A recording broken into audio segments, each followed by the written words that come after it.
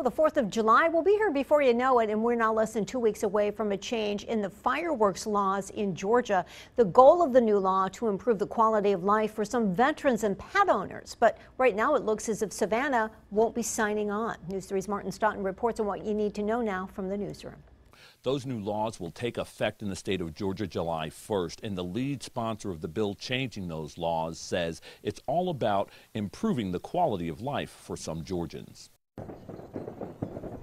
When the state adopted laws allowing ground-to-air fireworks back in 2015, those laws came with lots of safety restrictions, but none as to when you can use them, according to the lead sponsor of the new changes, Representative Deborah Silcox from the 52nd District. The way the law is now, yes, people can set off fireworks any day of the week. There are virtually no restrictions on that, and so this is going to allow the local authorities to design or redesign their noise ordinances.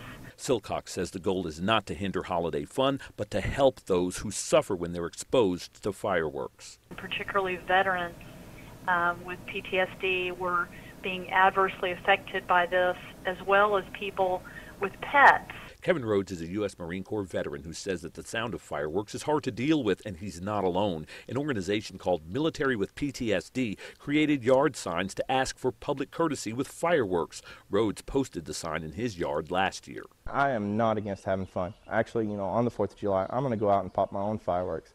But, hey, be courteous where you're at. Just be safe and do it within accordance to the law. In Chatham County, animal advocates eagerly await change to fireworks laws. Carol Williamson with Speaking Loudly and Often for Animals says this would end the unfairness of the current daily allowance, which creates issues for those with PTSD, residents in their homes questioning if it's gunfire in their neighborhoods, and persons with horses.